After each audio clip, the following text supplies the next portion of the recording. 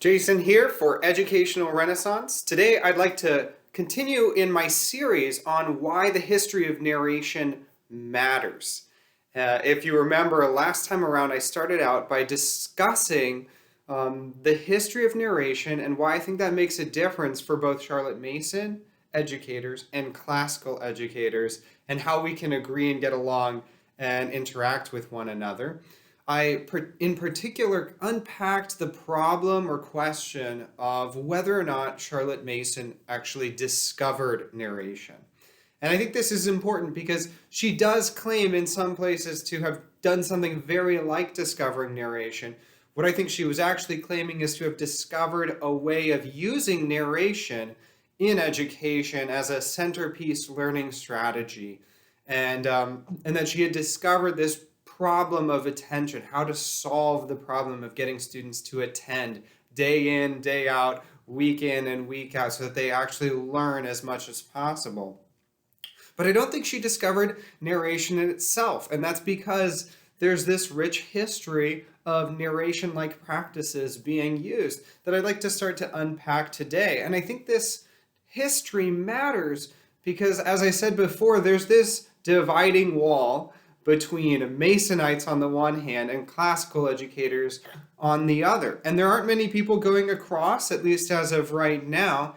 And I think if we had some dialogue between the two, it would help each group. I'm not trying to convert anybody to one side or the other, but I think if, for instance, Charlotte Mason educators had a sense of what Charlotte Mason was doing, if they could envision more clearly how she had taken things from the past and the classical tradition and applied them to her context in Victorian England, then I think they can carry on her work, her legacy, in a better way with that awareness. I think narration is a good test case for that.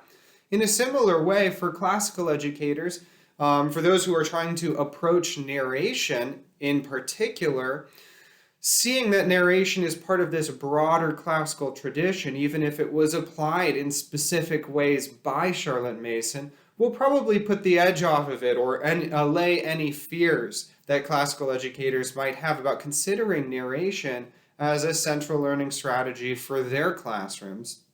And I think it'll also potentially open us up to having dialogue, to considering Charlotte Mason as an important thinker in the classical education tradition to bring to the table of the great conversation about education. So I think this is a great moment here, and I'd like to dive further into now the question of where did narration come from? And I want to do that by looking at narration's classical roots. Narration as a practice has roots in the classical era. And in particular, in the rhetorical tradition, or the rhetorical and grammatical tradition. So let me go ahead and unpack that.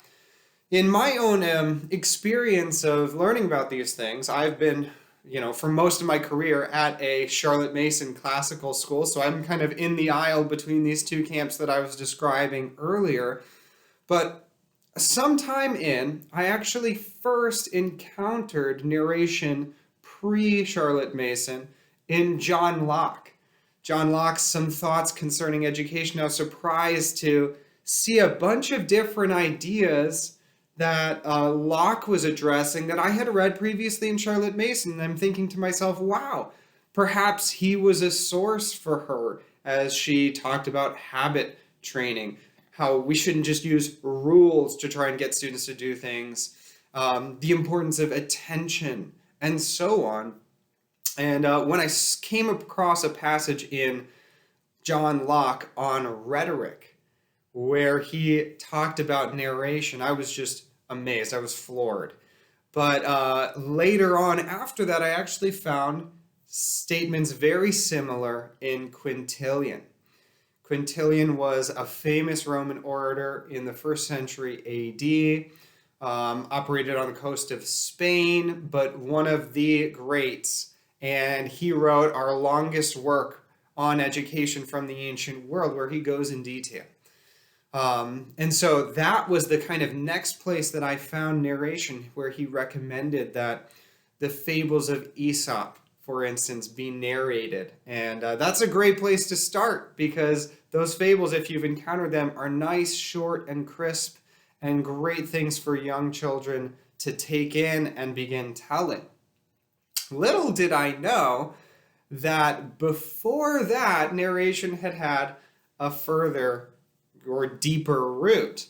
And I needed the help of a rhetorical scholar to get there. George A. Kennedy, a distinguished professor of classics at the University of North Carolina, has this great book on rhetoric and its Christian and secular tradition throughout time. And in it, he talks about the first progymnasmata, or preliminary exercises book, that we have from a rhetorical teacher named Aelius Theon. Aelius Theon worked in Alexandria, so northern Egypt, and he did something very like narration as his main teaching method. Let me quote here from what George Kennedy said about this. George Kennedy said that the earliest surviving treatment of progymnasmata is the work of Aelius Theon, a teacher in Alexandria at the middle of the 1st century after Christ. In Theon's method of teaching, a passage was read aloud, and students were first required to listen and then try to write it out from memory. After gaining skill in doing this, they were given a short passage and asked to paraphrase it and to develop and amplify it, or seek to refute it. And here's our first step in the history of narration. We can see a couple things there. First, in Aelius Theon's recommendations, or his method of teaching there, he is reading aloud for students from a passage of a text. And he doesn't have them dictate it while he's going. Dictation exercises we know about, common in the training of a scribe or anyone learning to write in early stages, to hear a text read out and then have to try and copy it word for word as exactly as you could. That's clearly not what's going on here for Aelius Theon. While he's reading, the students are required only to listen. Listen as closely and attentively as they can, and then be prepared once the passage is done to write out from memory as much as they can from that text. And we could imagine how for Aelius Theon there were some great benefits to having students do this. It's focusing their minds, they're learning to listen and take in a rich, probably complex text, and then accurately reproduce that. And you could imagine how for orators in training, the ability to actually respond to the points that someone had been making would have been incredibly helpful and powerful. To be able to take what someone said, amplify it, refute it, is the kind of natural next step. So you have this foundation stone of narration where our students are required to be able to know on one hearing a whole passage. They can show that by practicing fluency with their writing as they write it out in detail, trying to remember exact words and phrases.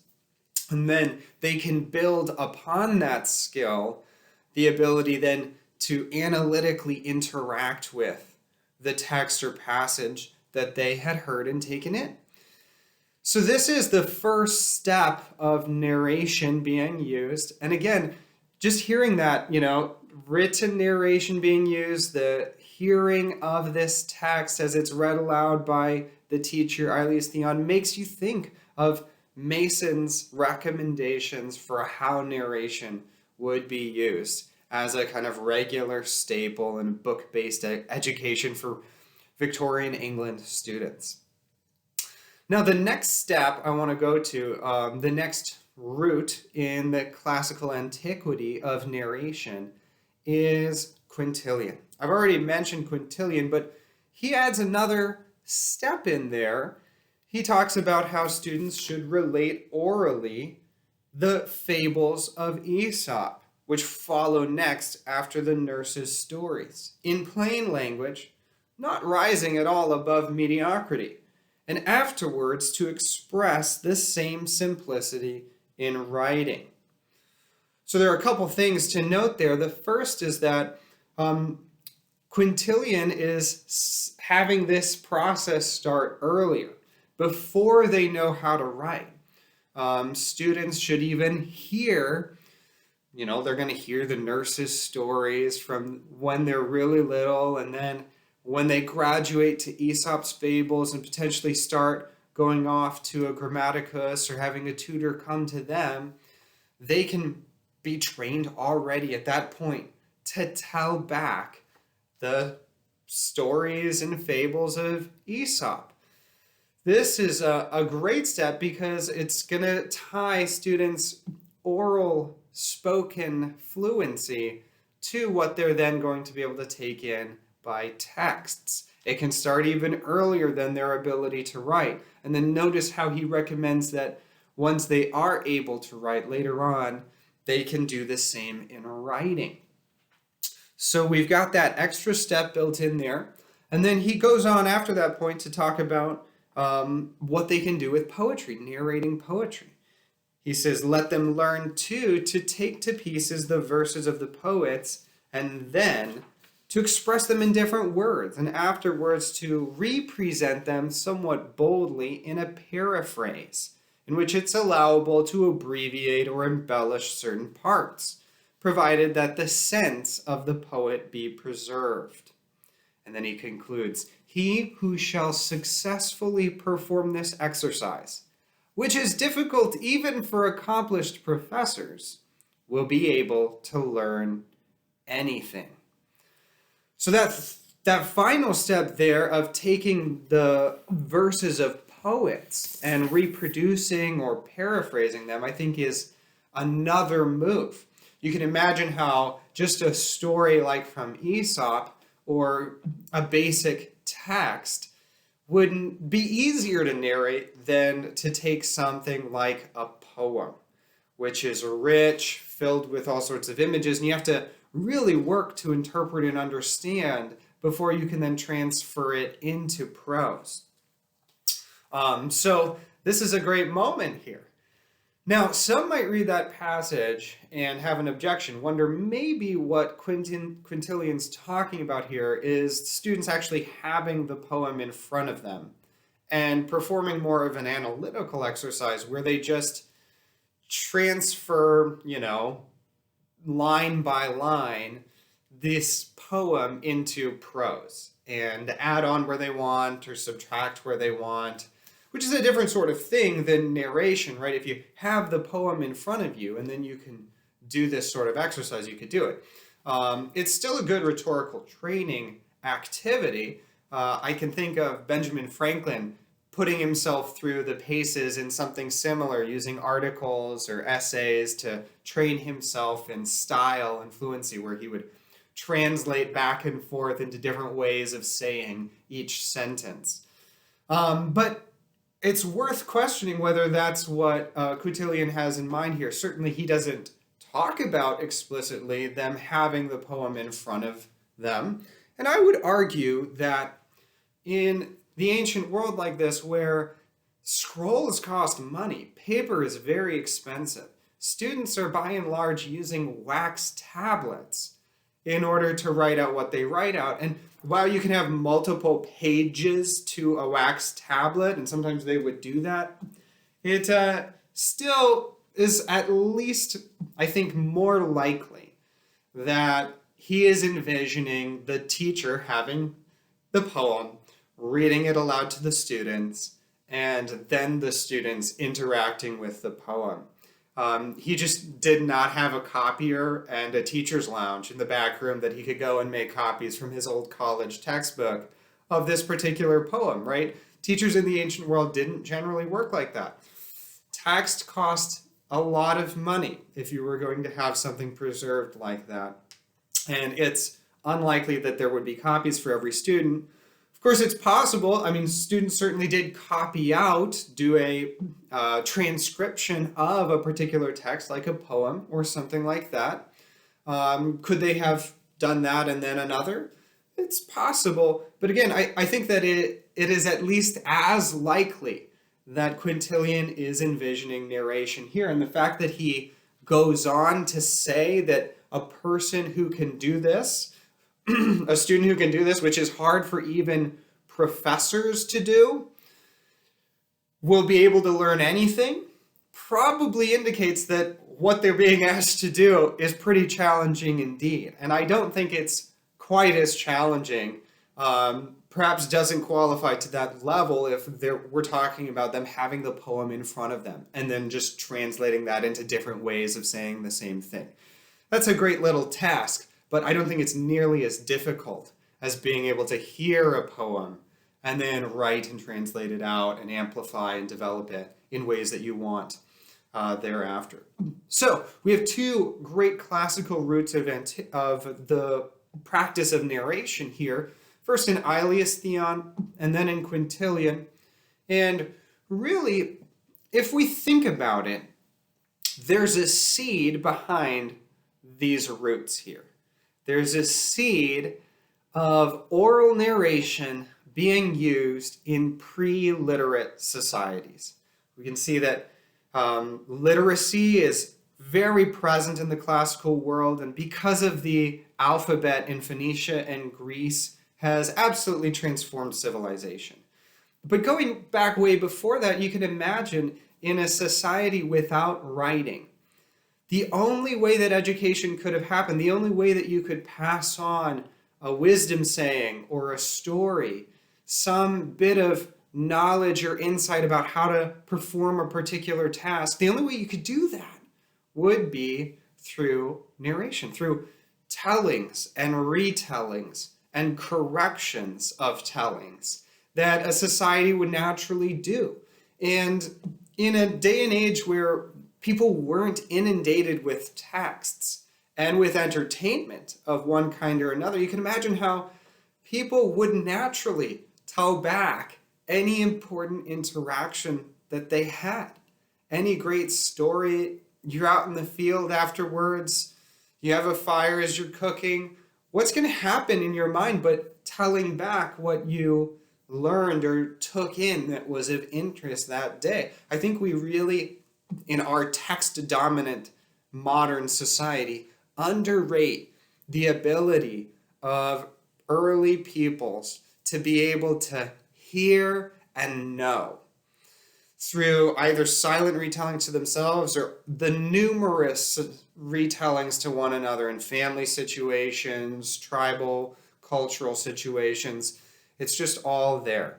And so because of that, I think it was inevitable that in the classical era, some people would figure out a solution to the problem of how to get the text that we have into the heads of our students.